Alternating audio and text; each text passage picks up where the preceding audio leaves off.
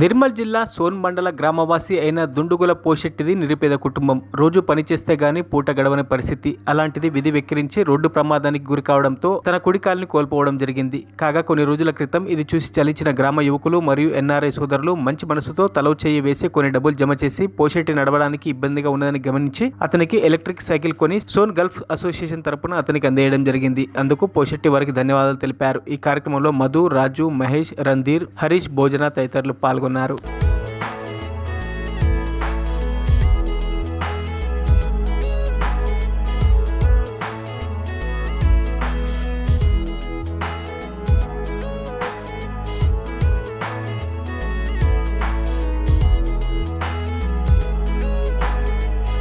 మరిన్ని అప్డేట్స్ కోసం మా ఛానల్ని సబ్స్క్రైబ్ చేయండి.